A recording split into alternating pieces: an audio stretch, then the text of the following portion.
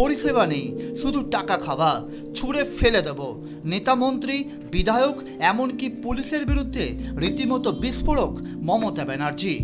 এমন বিধ্বংসী রূপে বাংলার প্রশাসক মমতা ব্যানার্জিকে আগে কখনো দেখা যায়নি। তবে নাগরিক পরিষেবা নিয়ে বাংলার শহরে এলাকার যে ক্ষোভ পুঞ্জীবিত হয়েছে তা বিলক্ষণ উপলব্ধি করতে পেরেছেন আমাদের রাজ্যের মুখ্যমন্ত্রী। মা মাটি মানুষের নেত্রী বুঝেছেন দলের বিধায়ক, মন্ত্রী, পুরসভার চেয়ারম্যান, কাউন্সিলরদের একান্তের অনৈতিক কাজকর্মই সরকারের বিরুদ্ধে মানুষের ক্ষোভ বৃদ্ধির অন্যতম কারণ। তবে মুখ্যমন্ত্রীর নিশানায় শুধু জনপ্রতিনিধিরা নন, মুখ্যমন্ত্রীর রণংদেই তোপের মুখে পড়েছেন আমলা ও পুলিশ আধিকারিকদের একাংশ। পুরসভার বেহাল দশায় রীতিমতো বিরক্ত মুখ্যমন্ত্রী। মুখ্যমন্ত্রীর প্রশ্ন, আবর্জনা সাফ হচ্ছে না, এবার কি আমায় ঝাঁটার হাতে রাস্তায় নামতে হবে?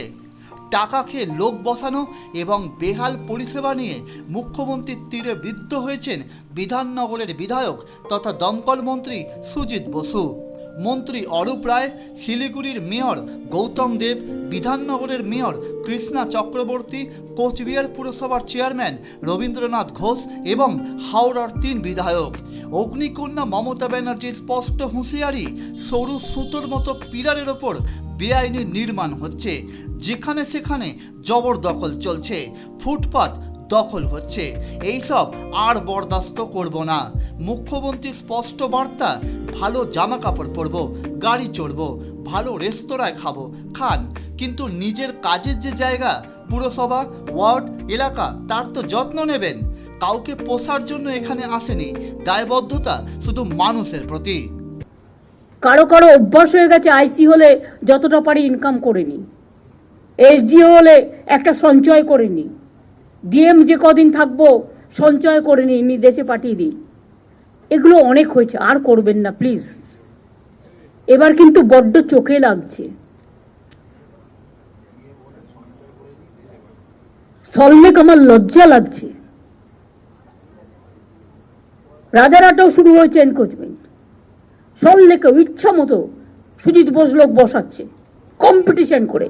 কেন কেন বাইরের লোক বসবে? এআরডি অফিসের অপোজিটে, যদি আপনাদের আমি ছবি দেখাই ভাববেন না যে আমি উইদাউট কাগজপত্রে আপনাদের কাছে চলে এসেছি। ছবি দেখালে নিজেরাই লজ্জা পাবেন। এর জন্য কত দিতে হয়েছে?